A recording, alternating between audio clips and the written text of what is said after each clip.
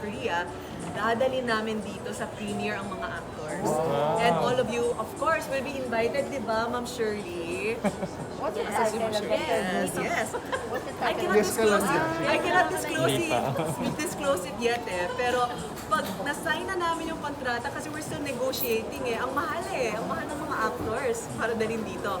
But we're negotiating. So if we sign it in time, I will immediately release it to all of you first.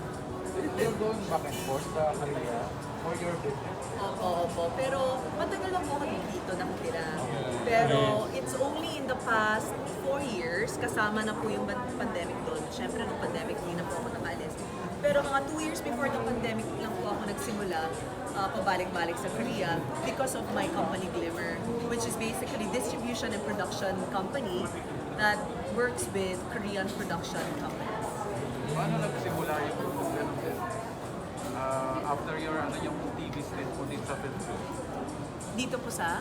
Philippines, yung After ng TV stints, no? Actually, aksidente lang po talaga na nagsimula ako sa negosyo, lalo na itong Glimmer, dahil marami po akong mga kaibigan or kakilala sa Korea na gusto mag-shoot dito, gustong gumawa ng proyekto dito, kaya lang hindi nila masyadong kilala yung market, wala silang kilala na tao. So they would come to me and ask request. So what I did is, instead of always doing favors, I set up a company to legitimize the work. And I'm very happy because Korea is always looking at working with the Philippines. Koreans love Philippines. Koreans love the Filipino people. They're always looking for opportunities kasi to work here. Kaya punong-puno rin yung calendar ng Glimmer this year and even up until second quarter of next year because they really love our country. And also because I want Philippines to be one of the first, if not the first, Southeast Asian country to have the best and the closest working relationship with Korea through Glimmer. Actually, in fact, itong susunod na movie project naman na dadalhin natin dito yung mga main actors to promote the movie, it will be the first time in Southeast Asia na mangyayari ito kasi never umiikot ang Korean actors sa Southeast Asian countries to promote a movie. They do it in China, Hong Kong, or Japan, pero never in Southeast Asia. So when it happens this year in the Philippines, we'll be the first in Southeast Asia.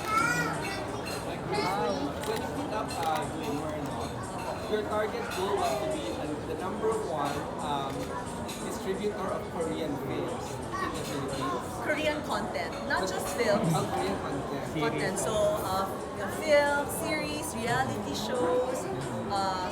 I know that if you are a big fan of Korean content, I'm sure umabot na kayo sa reality show. Ganun yan Simula kayo sa, di ba, drama, and then K-pop, and then movie. Tapos reality show is like the ultimate show of you being a K-drama or K-content fan. Maraming man. Maraming mga ganyan. So, we're trying to do all of that, but at the same time, hindi lang yung one way. Hindi lang yung kami lang yung nag-import at ipapalabas namin dito yung Korean content, but it has to be two-way. Meaning, we also want to create content together with Korean production and make an upgraded, a really international standard Korean, Filipino content na pwede naman natin i-export pabalik sa Korea and internationally also. So that is the ultimate goal of Glimmer. You want to become a line producer. Yes, we're doing it already now. So we have 2 projects lined up for first quarter of next year. Is there co-production between Filipinos and Korea? Yes, we've already done one. But I cannot name it again. So, Miss Shirley, pag nag-go na ang malaking kumpanya na yan at sabihin sa akin, pwede mo nang pag-usapan, I will release it. But we've already done it. 3 months nag-shoot dito. And we hired about 200 behind the camera Filipino talents and about 30 plus on-cam Filipino talents. And this will be shown internationally. But it's a Korean production. May malaking artista from Philippines. Yes, some of them are big, some of them not well known, but I hope through this opportunity, they will become big. Based on a waiver, hindi sila pwedeng magsalita about the project. Hindi pa They're strict Anyway, let's talk about Hunt. Still showing in Korea yung Yes, so We are, through Glimmer, our company, we're able to release Korean movies almost simultaneously with Korea. Okay? So Hunt is also showing right now in the movie theaters in Korea. Hindi katulad ng dati na tapos na, by pirated na, doon pa nung lumalabas. After a month pa, di ba? No, now we're doing it simultaneously. And this has never been done in the Philippines, so we're doing it. So we're very proud to do that. And the reason why Glimmer is able to do that is because there is trust between Glimmer and the Korean licensing companies. Anong reception ng tao sa Cannes dun sa Cannes? Po? Yung reception ng tao sa Cannes Film Festival, di ba out of competition? Yes, so they were very well received and a standing ovation, Hunt. And I'm very happy to bring this movie because Lee Jung-jae, who has been very famous, even when I was in grade school, Lee Jung-jae was famous na eh. Ngayon na siya sumikat abroad dahil sa Squid Game, but you know, he's been famous forever, right? So, and ngayon lang kasi siya naging director. So this is his debut film as a director. And best friend niya kasi si Jung Woo-sung. They have been best friends for decades. And they've worked together many, many times. But for me, this is the epitome of their working relations. Mamaya makikita niya sa movie. It's an action film, pero ang ganda panoorin kasi pag gwapo nilang dalawa. Sobrang gwapo. Si Jung Woo-sung sobrang gwapo. Talagang trust. Sorry? Okay, you know what? Believe it or not, I also wanted to make sure that today is also my first time to watch it. I actually have it in my office, the hard drive, kasi we have the watermark for the preview. But I intentionally didn't want to watch it because I wanted my reaction to also be raw when I watched this. But I went through all the synopsis and several preview items. I've already viewed it. So I'm very excited also. Grace, we heard that you're also hunting for foreign partnerships. Sorry? You're also hunting for foreign partnerships. Specifically, family entertainment with Disney. Natutuloy ba? Si ano talaga, si Sir talaga, nanguna sa balita. I asked the question. It's not coming from you. Well, you know, fortunately, imbis na kami yung nagpo-present ng mga proyekto dito sa Pilipinas sa mga foreign establishments such as Disney Plus or Netflix, etc. In fairness, they're the ones who approach us.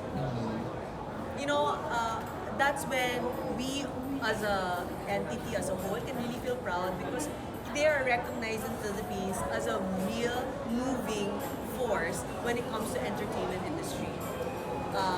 And I want Philippines also to benefit from the movement that is happening in Korea because Korean content is becoming such a strong force internationally. And Philippines is the nearest English-speaking country of Korea. And we are the #1 tourist in the Philippines. And there's a good reason why. Proximity and familiarity. And so if there's any country that should ride on this K phenomenon together, it should be the Philippines. And I want Glimmer to be the forefront. What's the vision of Disney and Glimmer? The vision, the vision is for us to be able to co-produce content, Korean content with Filipino talent behind cam and on cam and gain international traction. Thank you. Grace, Glimmer, no? How long have you been putting up in Manila? And do you have, are your partners here Korean Filipinos or Korean who are based in the Philippines? Believe it or not, I am the sole proprietor of the company, right? But I have good people like Miss Shirley. I have, you know, yung naging experience ko sa GMA, yung experience ko sa TV5, yung mga kakilala ko became such a asset to me. So, ngayon, katrabaho ko si Jen. Handle ko siya before sa GMA, but now she's helping me. So, all of these good people I met in the industry during my 10 years tenure as a host, news anchor in the industry, is coming back to me as an asset. So, I'm thankful for that. Hands are full. Yes. So I need all the help I can get. If the opportunity arises in the future because you've been dealing with all your with these principals in Korea, if the opportunity arises in the future that they offer you to be on Yes. be a project, would you be very open to that possibility? Actually, there's been an offer for me to do like mga cameo roles, right? Pero kailangan ko po ba yan? Kasi ang papayat ng mga actress ng Koreans, di ba? They're like butot balat, right? So nahihiya naman ako sa kanila. Oo, sabi ko parang kung dito, they tell me, oh, you're thin, ganyan. Pero doon, medyo may pagka-chubby pala ako, di ba? So, medyo may pressure. We'll see. If the project is right and the role is something that I feel is worth our time and effort, why not? But I'm not close my doors, but I haven't found it yet. You do get offers. Role talaga. Tingnan natin. Papayat muna ako. Ayaw mo si Tina? Oh, Shinming is so pretty. And she's also very skinny. Why name? Why name the company? Ang Glimmer, actually nagpa-contest ako sa company namin before. Sabi ko, wala pang name yung company. So sabi ko sa staff ko, oh, magpa-contest